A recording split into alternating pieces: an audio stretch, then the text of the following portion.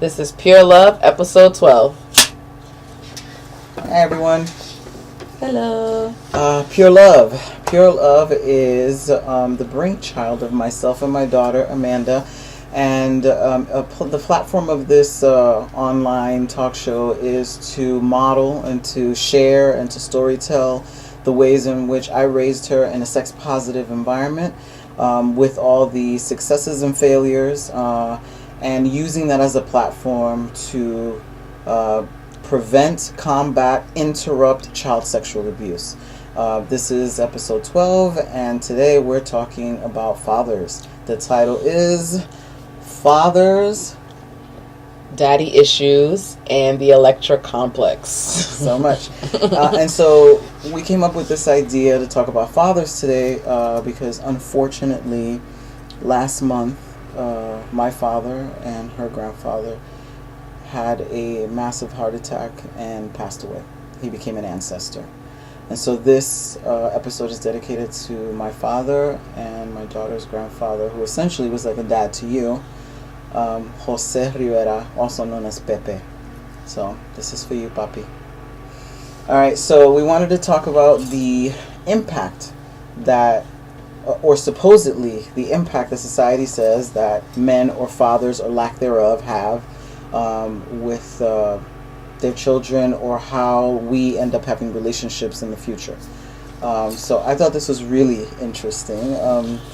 I know that you have different experiences than I did. I was one of those people that grew up with my father. My mother and my father were together, married for over 50 years and together for about over 60 years. And my father growing up, I remember that I was close with my dad, and I remember at one point as I was developing and when I was a little girl that back then, he kind of stopped hugging me. And I remember that I got so sad about that because we were so huggy and touchy. And for him, it was showing respect for me and my body. I always remember my dad knocking on our door, making sure he can come in, or understanding our privacy. And I remember that respect constantly with my dad. And so that's a privilege. That's a beautiful privilege, and I'm glad that I had that with him. But I also remember as an adult, I have, quote unquote, dated my father over and over and over. Seeking out people that back then I didn't realize, but had really kind of characteristics that my father had. And I'll leave it there for now, but I want to know what your experience has been. Well, I have a very long, different journey than you. I didn't grow up in a two-parent household, but I have essentially three fathers, I guess. Three dads. So first is my grandfather. The second, my biological father. And then the third is a man who was in my life that I consider a dad. So my biological father wasn't around for X amount of reasons. We didn't start getting into contact until I was in my 20s.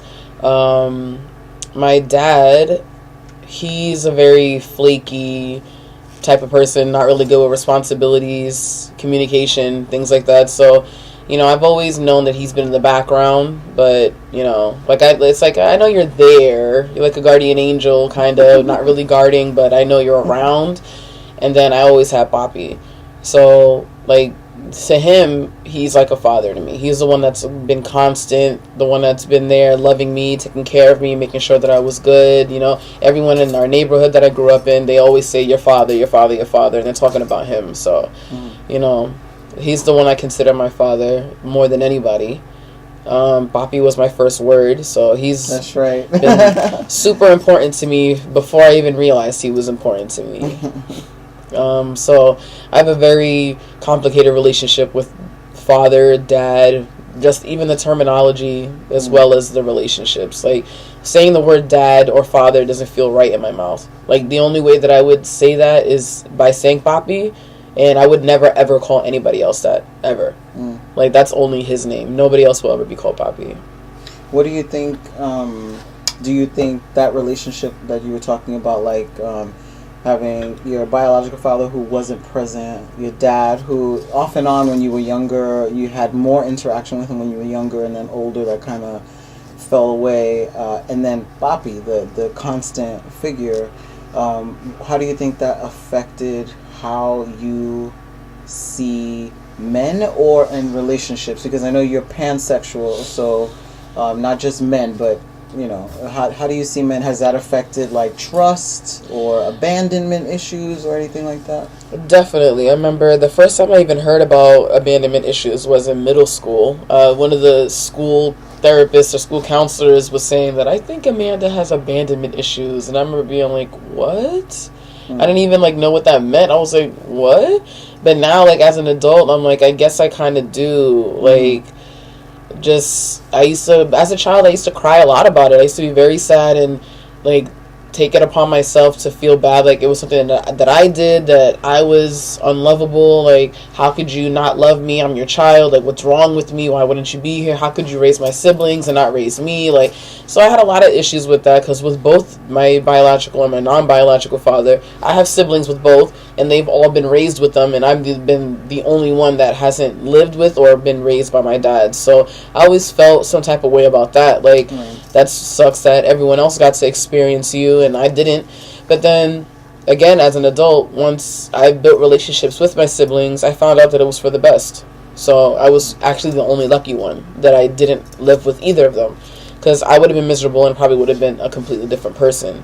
But I feel like I have abandonment issues, and it comes out in a lot of different ways, and sometimes toxic bad ways, where people who are unavailable, like my dad, emotionally or physically, or that can't have a commitment to me per se as their child or any type of relationship, who can't communicate with me, I usually end up finding these people as well.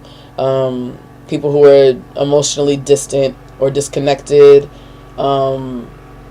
They, like my father, have many different interests, you know, as in families, because my siblings are not all from the same women.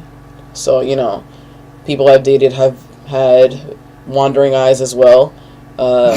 So I'm just like, you know, that plays a lot into it. I definitely do not trust men, and I have this issue where I'm attracted to men, but I like hate men at the same time. And not individual men, but I guess men as a race. Just manliness in this society I hate.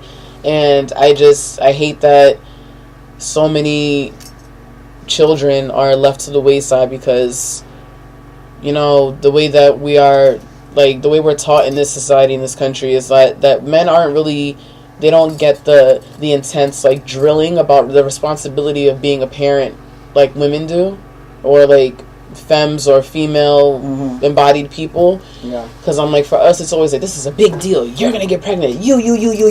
It's never like telling a boy like, oh, you know, if you get her pregnant, you know, that's the both of you. You have to deal with that. That's your kid. That's your responsibility, and you need to be on top of that. And a lot of guys just let that fall to the side, and they don't see how important it is for you to be like present in your child's life. I don't think it necessarily has to do with you being a man per se, but I just feel like it's about being a present parent. And just, you know, it's why have one teacher when you can have two? You know, like, you learn more, you'll be a more well-rounded person, and you guys have completely different experiences in life, and I can learn different things from you. So I'm like, there's so many more benefits than just having a male entity in your house, you know.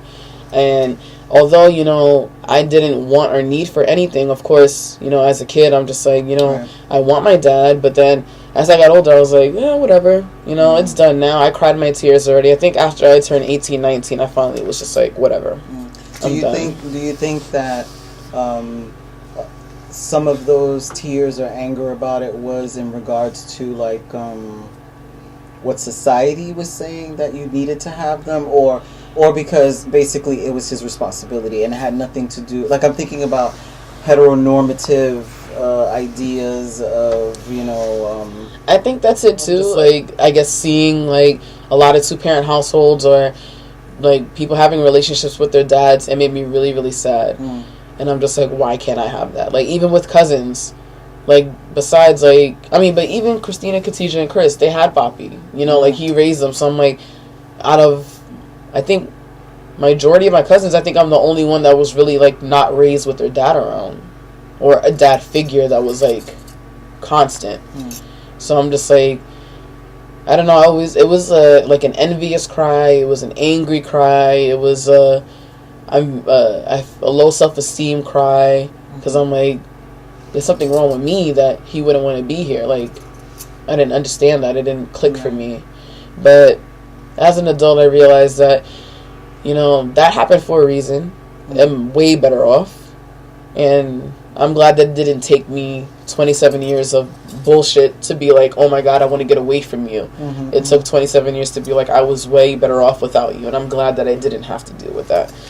But I know with Papi in particular, he's a very quiet, into himself person, and I get a lot of qualities from him too. Like, I noticed that about myself. I'm like, he basically is my father, because I have, like, I'm just like him, and I'm just like mommy too in a lot of ways. And I find myself, I guess, trying to find guys who are loyal like him. Yeah, Papi was loyal, that's for sure. He, like, I mean, 60 something years you've been with the same person. And I've, like, in my life, I've never even had an inkling of an idea that he even considered another woman. Like, but it's funny because I at his eulogy, I spoke about his dedication to my mother, and how, it was like my father was created and my mother was created, and, you know, like, I don't think he could have ever been with any other woman. No. And at the same time, it's interesting that I see that love and acknowledge it.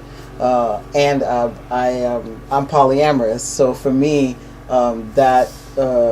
it was beautiful, but it was a part of a different spectrum, a part of a larger spectrum, I should say, in terms of love. And I, not that I don't understand it, but it's just like amazing to me to be and love one person for the rest of your life. And I again, it's not me, but I honor that. I definitely honor it, and it worked for them. It completely worked for them.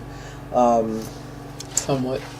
Yeah, you know, every relationship is difficult, and people have to struggle. And I often say my father was a complicated man. He wasn't perfect.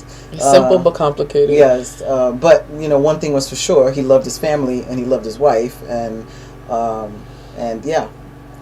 And he was a good man. He was a good man with demons, but a good man, a very good man.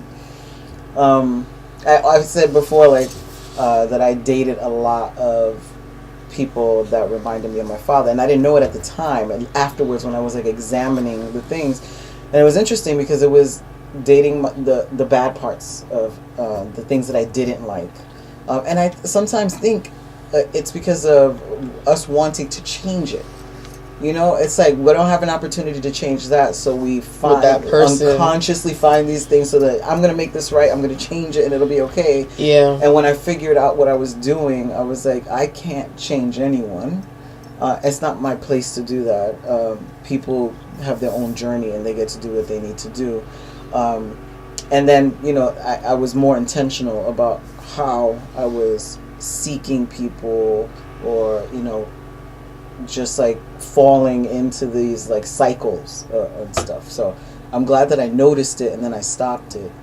And I think sometimes people date, you know, their fathers, and it's a good thing because they're finding all the beautiful qualities of this person who raised them, who was there for them, who protected them, who loved them. Who showed them what to look for in a person. Like, you see these good qualities because they're teaching you that that's what you should be looking for.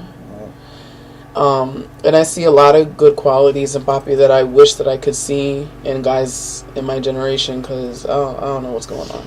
I really don't.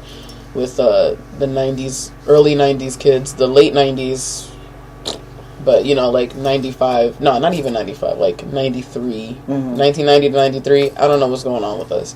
So, I don't know. I just, I feel like I strive to find someone who would willingly want to be faithful to me and only me for that long, or even consider it, Because you identify as monogamous. Yes. All right, so that's like finding the person is important to you, and that loyalty and longevity. And I think that goes into the whole dad thing too, because I'm just like, I've had fathers who've loved many, at the same time technically. So I'm just like, well, while you were out loving everyone else, you weren't really loving me. So I need someone to just love me. Right.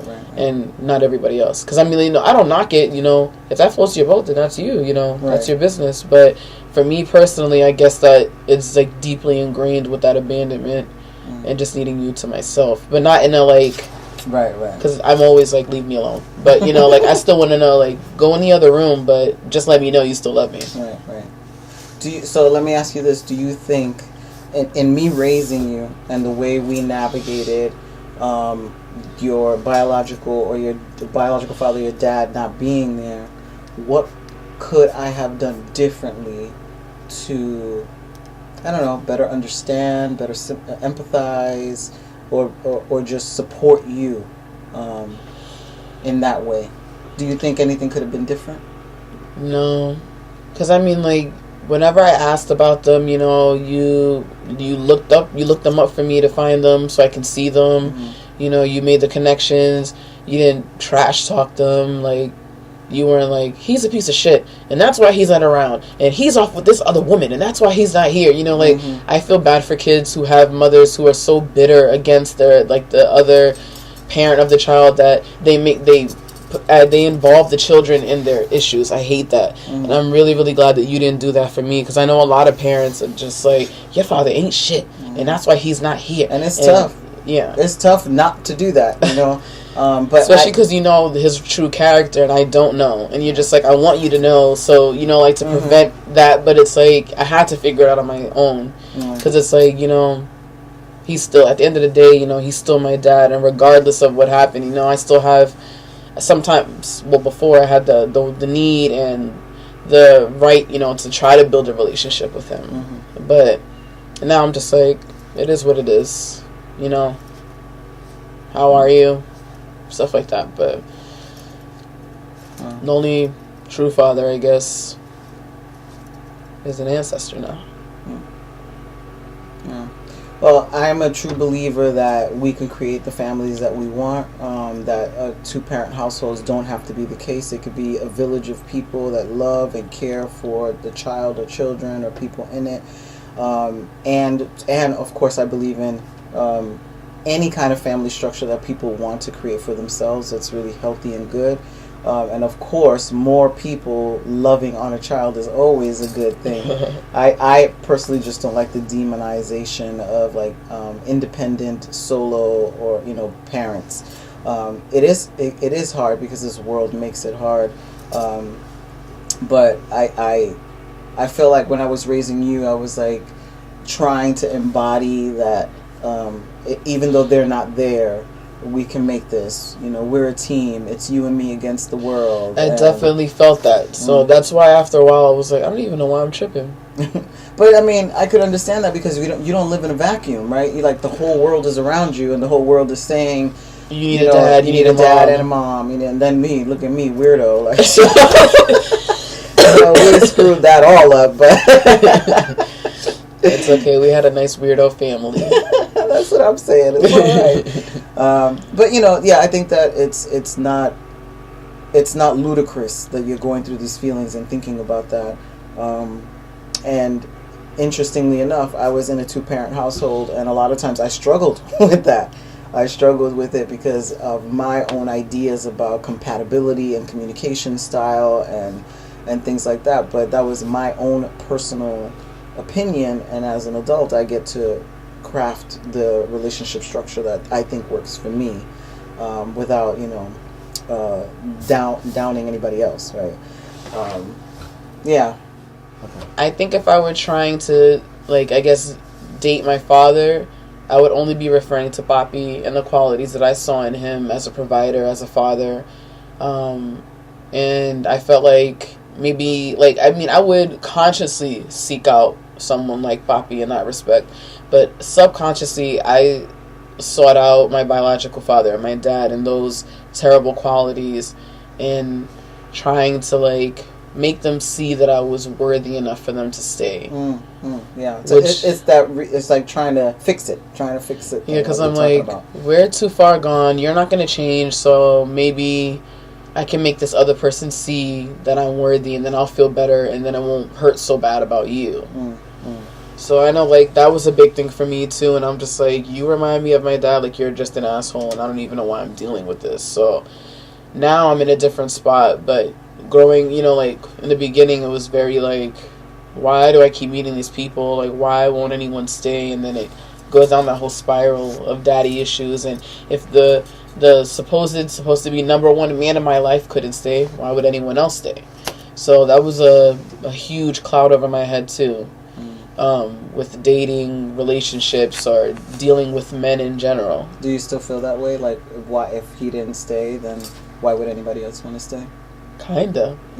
Yeah. So, but it's even the way you're talking about it now. It's like, I understand those feelings before, but now, in retrospect, do you think that there's room for shifting that idea? Because them leaving has absolutely nothing to do with who you are and your lovability and logically, logically you know that, but your heart and your brain are two different things. So you're just like, I can tell myself, monsters aren't real. There's nothing under my bed. Right. But I'm still going to sleep at a nightlight. I mean, that's not true. But just an example. I like the dark now. But, yeah, so I'm just like, if I were to, I tell myself all the time, like, I know it wasn't me. No. I know the reasons why you weren't around. I know why you couldn't be a father to me. And I know it has absolutely nothing to do with me, but you still internalize it. Because it's like, that's supposed to be one of the first, like, pure, unfiltered bond, like the bond with your mom and the bond with your father, like that family. You're supposed to be like, like that feeling of security and love, and I never felt that from them, only, from Papi. So I'm just like, that was always a big issue. Huge. I hope that you can at some point, through work, like, shift it, and just like you said right now you realize that they weren't supposed to be in your life, and that you were lucky enough to have Papi. So, like, I hope that one day you really and truly accept that you were the man that was supposed to be in your presence, was Papi. And we are suffering a great loss because he's no longer with us. But he is an ancestor, and we will continue to talk to him in the other realm. Let's shift that to some positive ass shit, because we did have Papi. I'm very, very grateful for that. Yeah.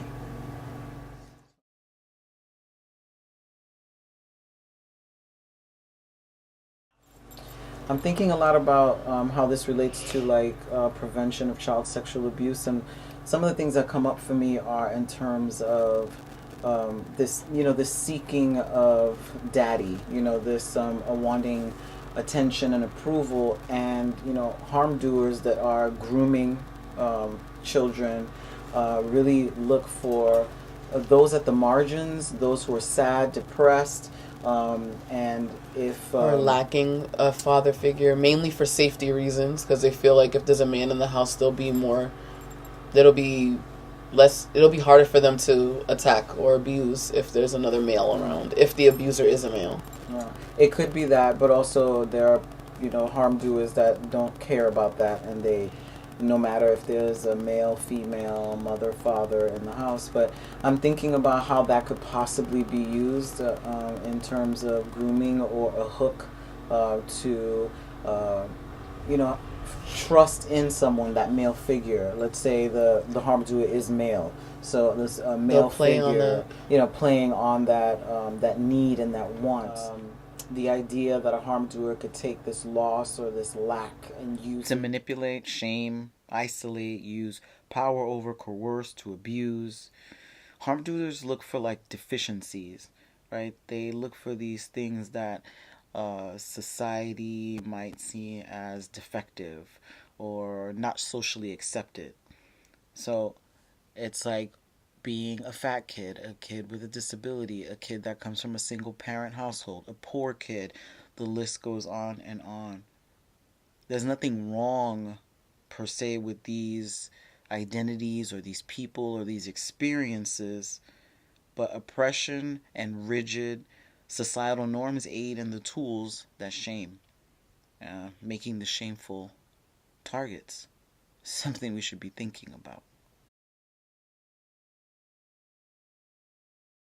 So, again, this episode dedicated to my dad, Jose Pepe Rivera. We will speak his name every day.